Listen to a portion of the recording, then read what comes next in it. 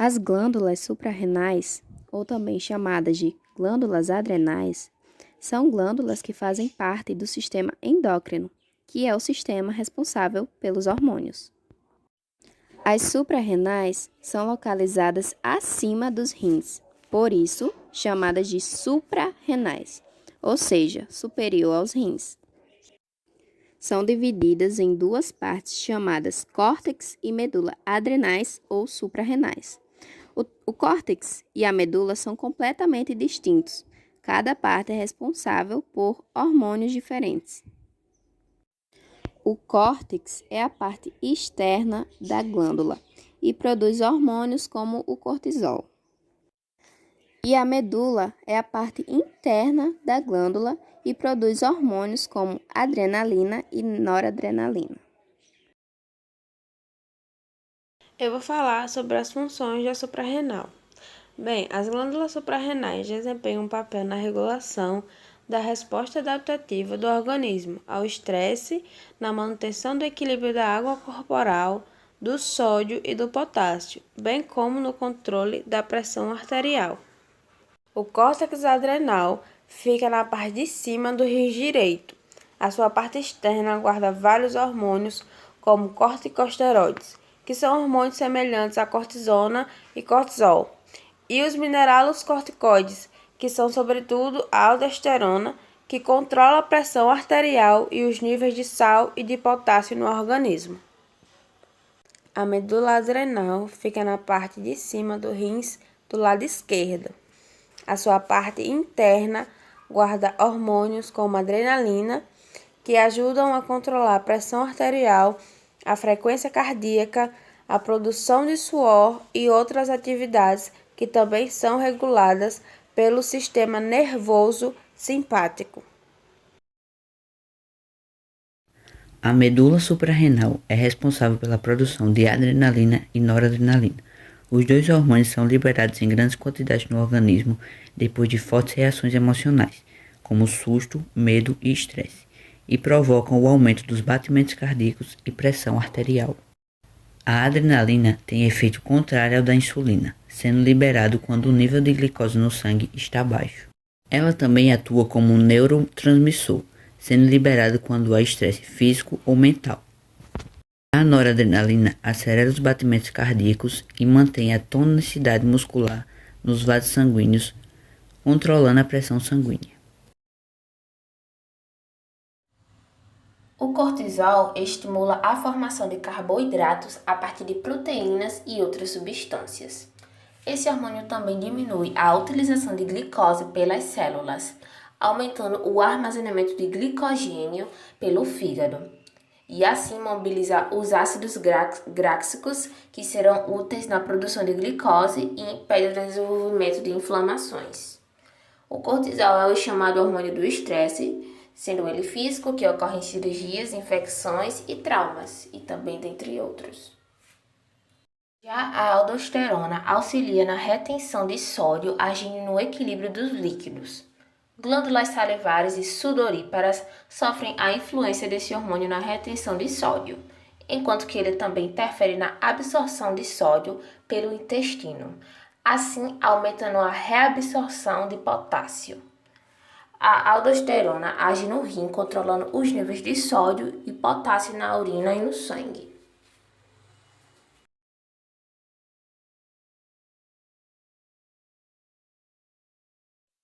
No hiperaldosteronismo, a superprodução de aldosterona causa a retenção de líquidos e o aumento da pressão arterial, fraqueza e raramente períodos de paralisia.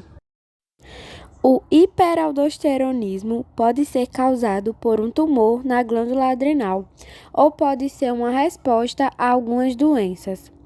Níveis elevados de aldosterona podem provocar hipertensão arterial e níveis baixos de potássio. Níveis baixos de potássio podem provocar fraqueza, formigamento, espasmos musculares e períodos de paralisia temporária.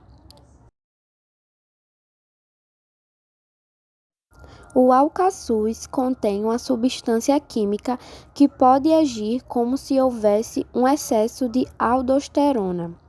Contudo, a maioria dos doces comercializados como alcaçuz contém pouco ou nenhum alcaçuz. O médico suspeita a presença de hiperaldosteronismo em pessoas com hipertensão arterial que demonstram estar com níveis baixos de potássio. Algumas pessoas ficam extremamente sedentas e urinam com frequência.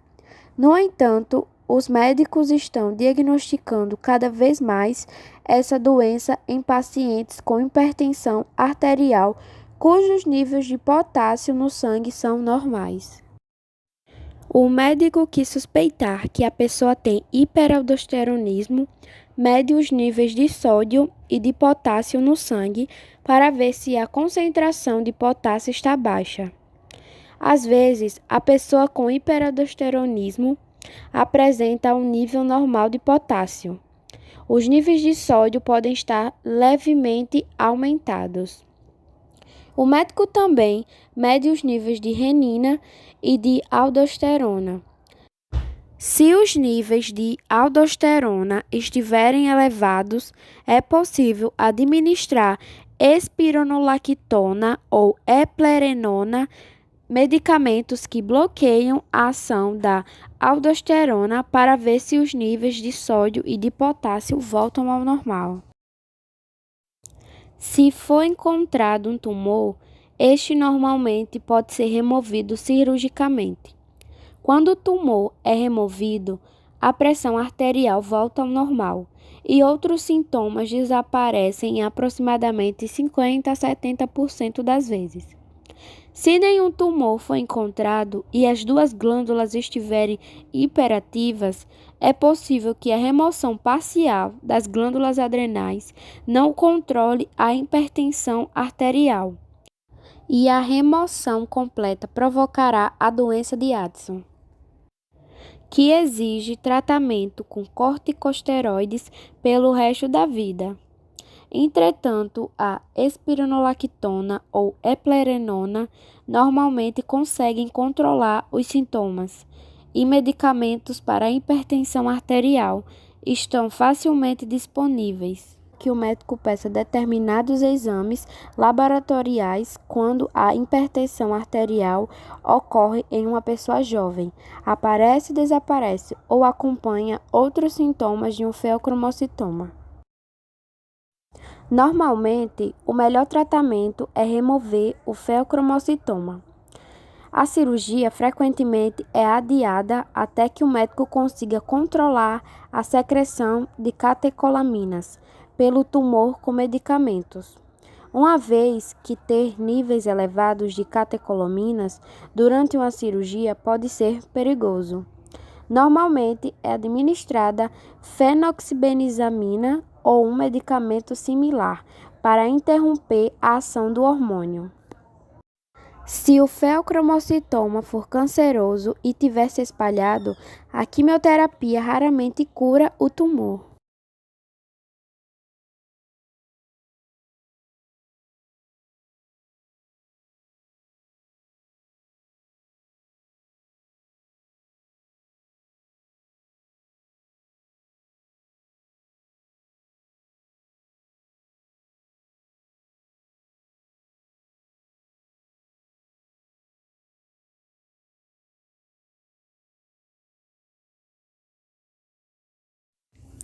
Um feocromocitoma é um tumor que normalmente se origina das células cromofins das glândulas adrenais, o que provoca a superprodução de catecolaminas hormonais potentes que causam hipertensão arterial e outros sintomas. A maioria dos feocromocitomas cresce dentro do córtex das glândulas adrenais. Cerca de 10% crescem nas células cromofins, fora das glândulas adrenais. Menos de 10% dos feocromocitomas que crescem dentro das glândulas adrenais são cancerosos, mas esse percentual é maior nos tumores externos às glândulas adrenais. Os feocromocitomas podem ocorrer em homens ou mulheres, em qualquer idade, mas são mais comuns em pessoas entre 20 a 40 anos de idade. Os feocromocitomas podem ser muito pequenos. Entretanto, mesmo um feocromocitoma pequeno pode produzir grandes quantidades de catecolaminas potentes. As catecolaminas são hormônios como a adrenalina, a noradrenalina e a dopamina, que tendem a aumentar muito a pressão arterial, a frequência cardíaca e causar outros sintomas, normalmente associados com as situações com risco à vida. O sinal mais notável de um feocromocitoma é a hipertensão arterial, que pode ser muito grave.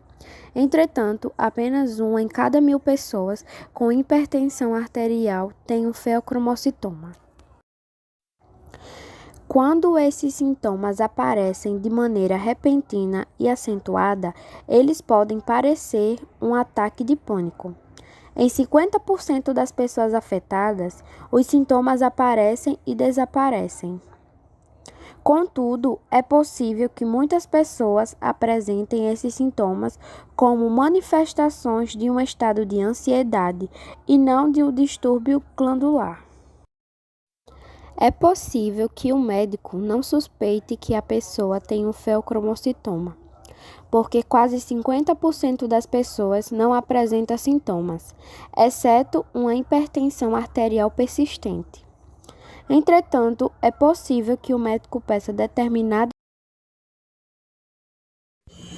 Síndrome de Cushing consiste na alteração física e mental causada pelo excesso de cortisol no organismo por um longo período. Existem 2 tipos de síndrome de Cushing, a exógena e a endógena. A hiperplasia adrenal congênita é uma desordem genética das glândulas adrenais que afeta 1 em cada 10.000 nascidos. É causada por um defeito nos genes que controlam a produção de certas enzimas. Insuficiência suprarrenal é uma doença rara, grave, causada por quebra repentina na produção de esteroides da suprarrenal. Agora eu vou falar da relação do colesterol com os rins. Mas de início eu vou falar um pouco do que é um colesterol. Bem, o colesterol é um composto gorduroso utilizado para a produção das membranas celulares e de alguns hormônios. Existem diferentes tipos, HDL, LDL, VLDL, sendo que o organismo fabrica a maior parte do que necessita.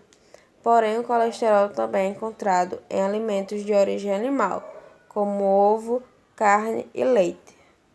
A sua relação é que, por não receberem o sangue suficiente para filtrar as impurezas, os rins podem parar de funcionar, uma vez que as artérias já se encontram obstruídas pelas placas de gordura. Além disso, o colesterol pode contribuir para a hipertensão arterial e diabetes, que são os principais fatores que desencadeiam a insuficiência renal. Os seus tratamentos são a diálise e o transplante renal.